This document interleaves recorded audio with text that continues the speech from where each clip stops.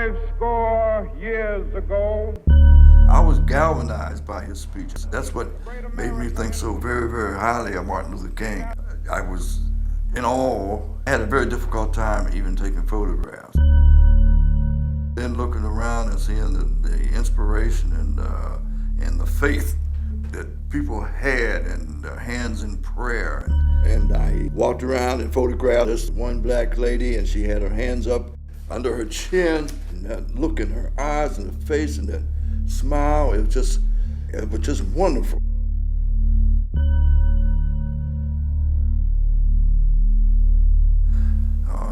It was very exciting. But Dr. King's speech, I have a dream, because that's what it's all about. I have a dream.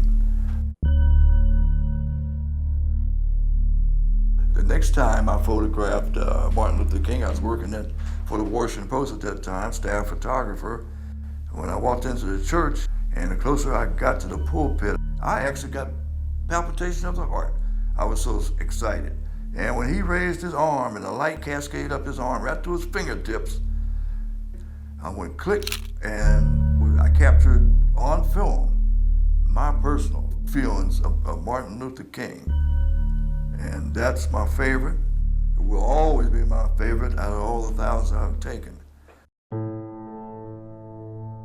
Most certainly was it devastated to me that 6 weeks later he was going to be shot down, assassinated at the Lorraine Motel in Memphis, Tennessee. That was heart-wrenching. I was crushed, and then to be sent up to 14th and U.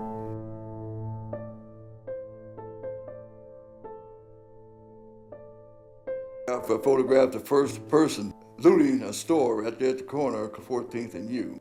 She didn't break the windows, had a bandana on her head, reached in to grab something. I don't know what it was.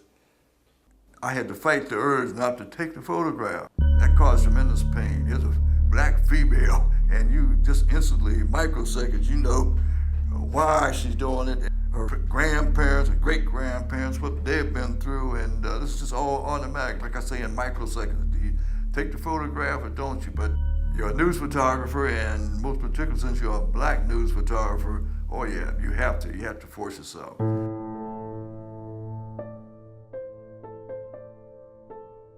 Not only for that particular time, but for the next 4 or 5 days, had to take photographs. I had to force myself to take it. I had to force myself to take it. Force myself to take it. These images and thoughts running through your mind, you understand why they're doing it, yet you know it's wrong. The next day is pandemonium because you got fire engines wailing, you got tear gas being right not too far from 15th Street.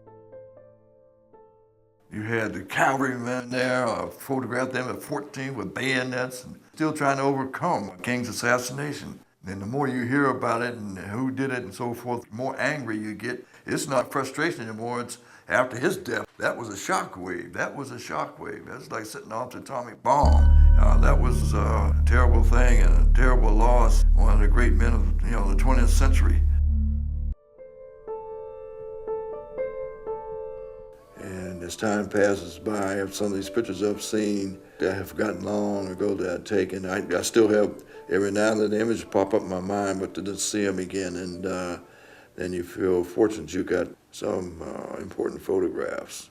Not just great people, but the average person, the poor person. That's what excites me more. That's what excites me more than anything.